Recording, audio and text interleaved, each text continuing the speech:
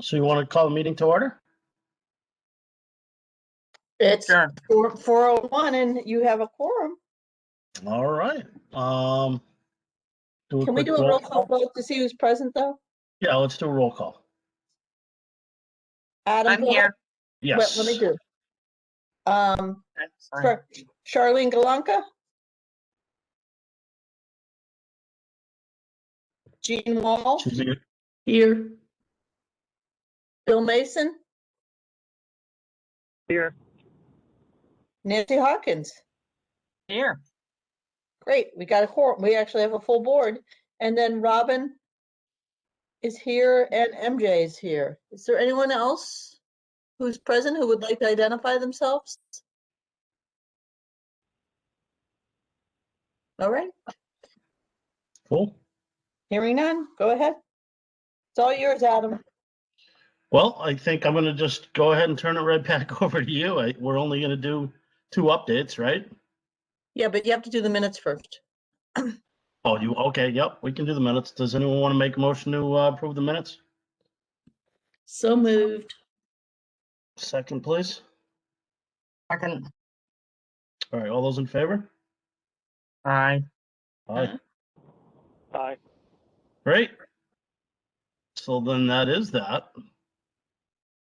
Oh, you're muted, MJ.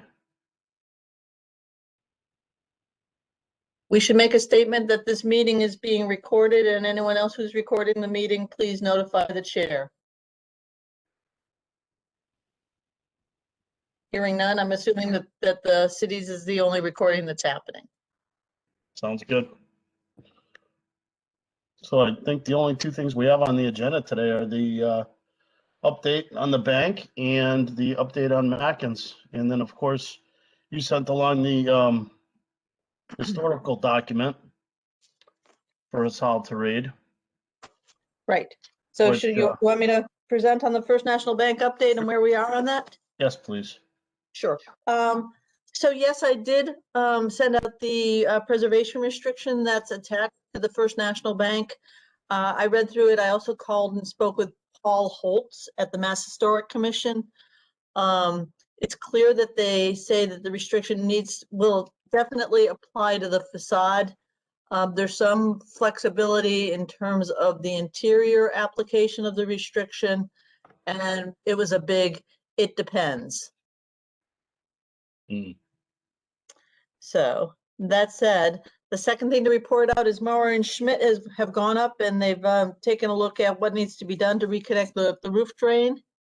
And they're going to be giving me a price to do that. And also they cleared out the back drain on the flat roof on the first, that 1 level story in the back. I usually do that, but didn't get around to it last September and October. So my bad, but it seems to be cleared out and seems to be functioning fine. But we'll get a price for he said it just looks like it's a reconnection of a drain pipe. Bob didn't seem that anxious about the cost, but he will give me a cost before he goes ahead and does that. The challenging piece will be that they have to get a scissors lift into the inside of the building, which they've done before, they said. But so that's moving forward. Those are the only 2 items that I've tackled on First National Bank over the last month.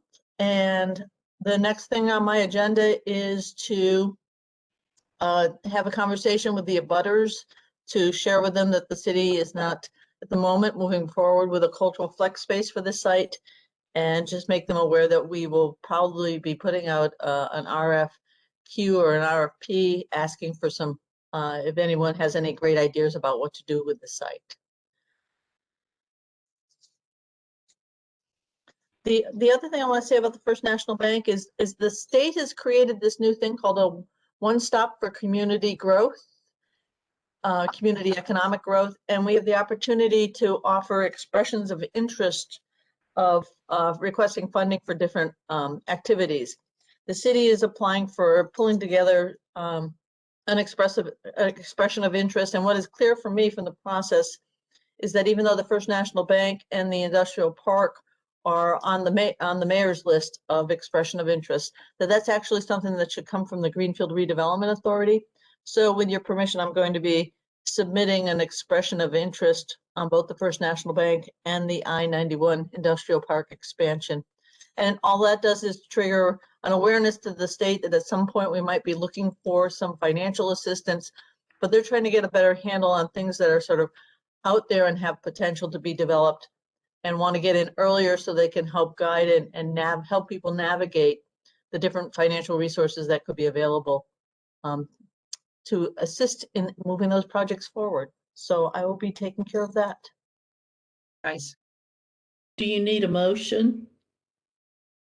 No, because it's an optional thing. It's just an expression of interest, but thank you. And I will go, we do need a letter of support from the mayor to submit, but I'll go ahead and secure that. I don't think that that will be problematic since it's on her list anyways, but it just seemed to make more sense for it to come from you guys since you are the owners of these two different sites. Sounds good to me. All right. That's it. Also, you'll be seeing that there's going to be a press release that we got local rapid recovery program funds from the state, which is really, it's a consultant to work with us to really make some plans that will lead to some projects that that we'd like to move forward. We've been assigned Peg Berenger as the consultant to work with us, and I think that's really good because she knows the city really well. She knows our challenges in the downtown, and she just finished the business district assessment. So I think we're in really good stead to be able to move forward. One of the things that you get access to in this process is what they call subject material experts.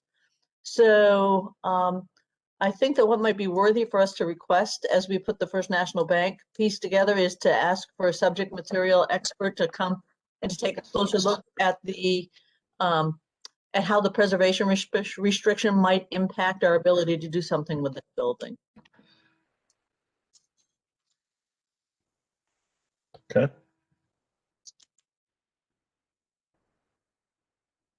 Okay. That's all I have to report out on the First National Bank. Okay.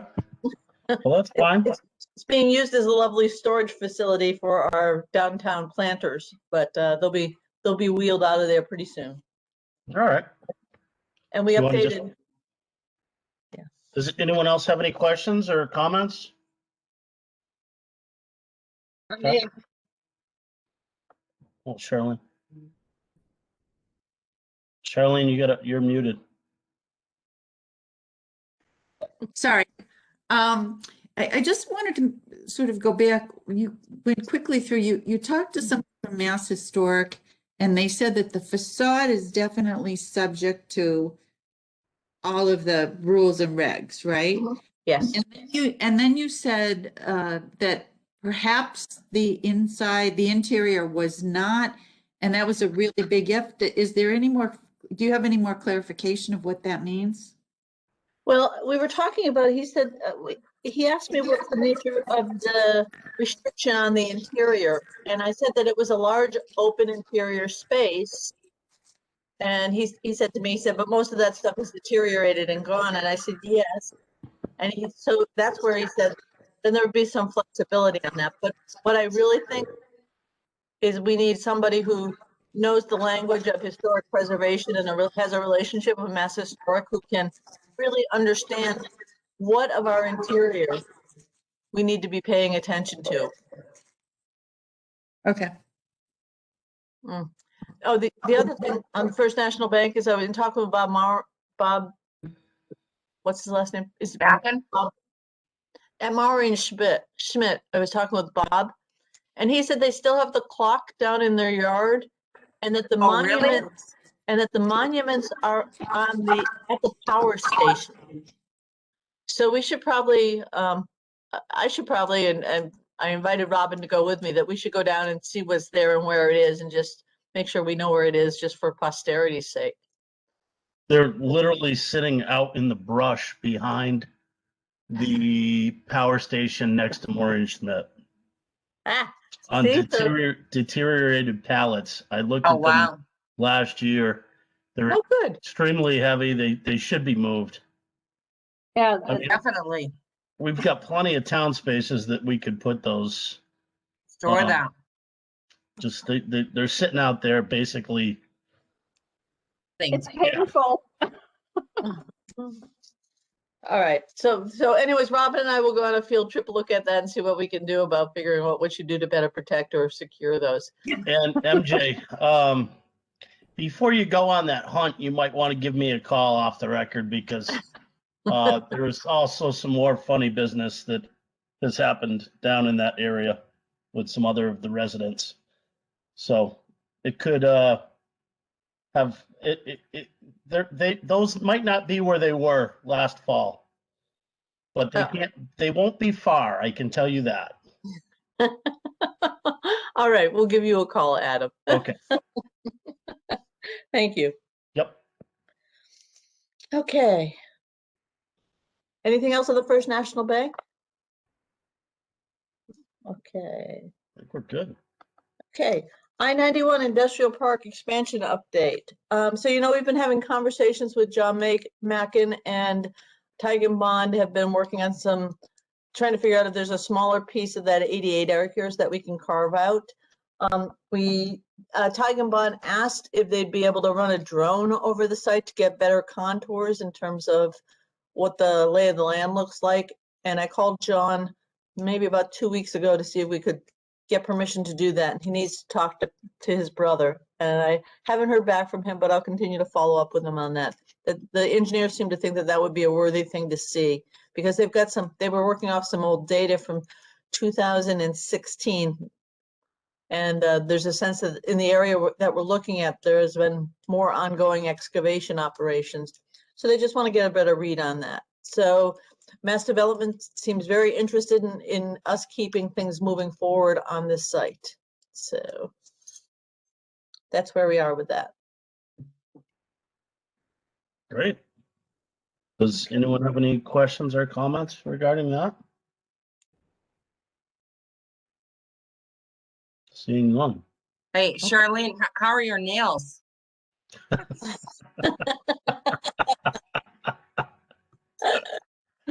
Had to ask. All right, Adam, I don't know if you read the agenda, but there's a couple more items. I looked at it briefly the other day, but that's fine. Let's move forward. Okay, the next thing is the GRA Adams Road property, which is a 2.7 acre site on Adams Road between between Greenfield Street and Butternut on that side of the road. Hey. We have Mark Abramson, who's our agent on it. Apparently there's some interest in the property. He called me to sort of get an update on where we were in terms of what the assessment, what the asking price was. Last time we updated that, it was 2014, and we were asking $60,000 for that. So the question is whether or not we want to refresh it. It seems like the person who's looking at it is looking for a long-term site to do a small manufacturing timber structure manufacturing. There's some concern about the wetlands on the site. And how they might impact his ability to build what he needs to build. But we might want to get Mark's question for us is it still do we still want to list it at $60,000? It's currently assessed at, I think, about $108,000 by the city. There is water, but there is no sewer in front of the building. And we should probably re-up our relationship with Mark if he's going to be our listing agent. Oh, you said how much is it listed for? 60,000. So what's his suggestion? Say again, please. So what is he asking? Mark is asking if we want to keep it at that. We haven't. No, keep it at 60,000. Okay. We haven't done any sort of appraisal or update. We could ask him to do an update on what he thinks the value is. He sort of indicated. I would have him do a market analysis. Well, just a second. I'm not sure that I understand. We had a series of emails go back and forth a little while ago. Does Mark represent us or the buyer? Because and because it sounded the way it was originally put out that he was representing the buyer. He can't. Well, He's gonna do it. He has to be a dual. He has Right. to, You know, if he's going to represent, if he gets a buyer, I got a horrible echo here. But if he represents the buyer and you, I believe he has to be a dual agent. I can't hear you. You're muted, Charlene. I'm sorry.